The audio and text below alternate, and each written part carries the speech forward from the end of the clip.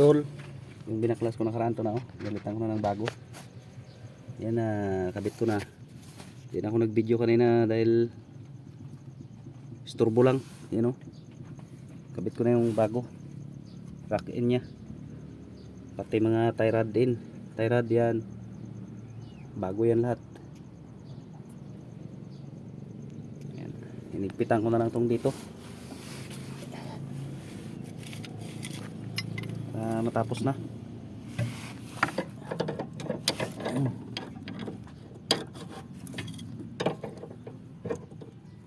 Hindi na ako nagtanggal nito ng kanyang gulong dahil ano, para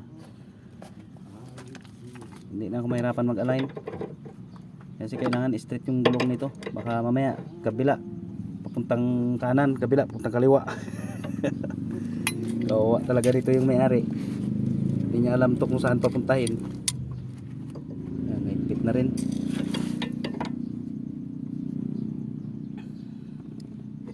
Itigpit lang. Yan na. Yan na. Yan na. Okay. Subukan natin pihitin yung manubila kung magsama. Yan, comment nyo na lang, tignan niyo kung nagsama. Doon muna ako sa taas mag ano, ikot. Baka mamaya pagpihit ng manubila di magsama. Tay.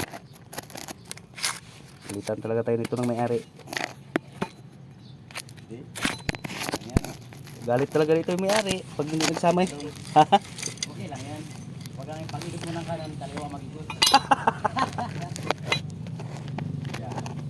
Yan, ipatignan ko nga sa mga followers ko kung ano, kung nagsama ba pag ikutin ko yung manubila. Baka mamaya hindi magsama yung ano, yung gulong. Yan, comment niyo ha kung nagsama. Galawin ko muna dito sa taas. Nagsama ba mga idol? Baka hindi ah. Ikot mo kanan, kaliwa na ikot. Bunga. Baka mamaya hindi sumama. Pwede na mga ito. Yan na. Tama rin pala. Kaliwa ang ikot. Sa kanan. Bakit ganun? Kabilang ikot. Ha? Sige raw. Sige, sagad mo raw muna, sagad mo. Doon, pagyan daw, pagyan, sagad mo.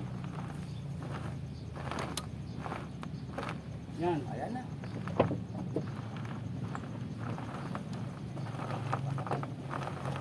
Ah, siya. Ay siya, napakaganda ay. Wari ko yung bago ang nakintin yun. Ayan na, sumasama pala talaga. Wari ko hindi. Ay nako po, dito na naman tayo nakatiwarik. Yan lang ang buhay, ayan ang bago. Hindi ko alam kung magkano itong bili ng may-ari. Kay Busing Janpool. Yan, karburador niya na lang may ang linisin dahil pagdala nito dito hinila.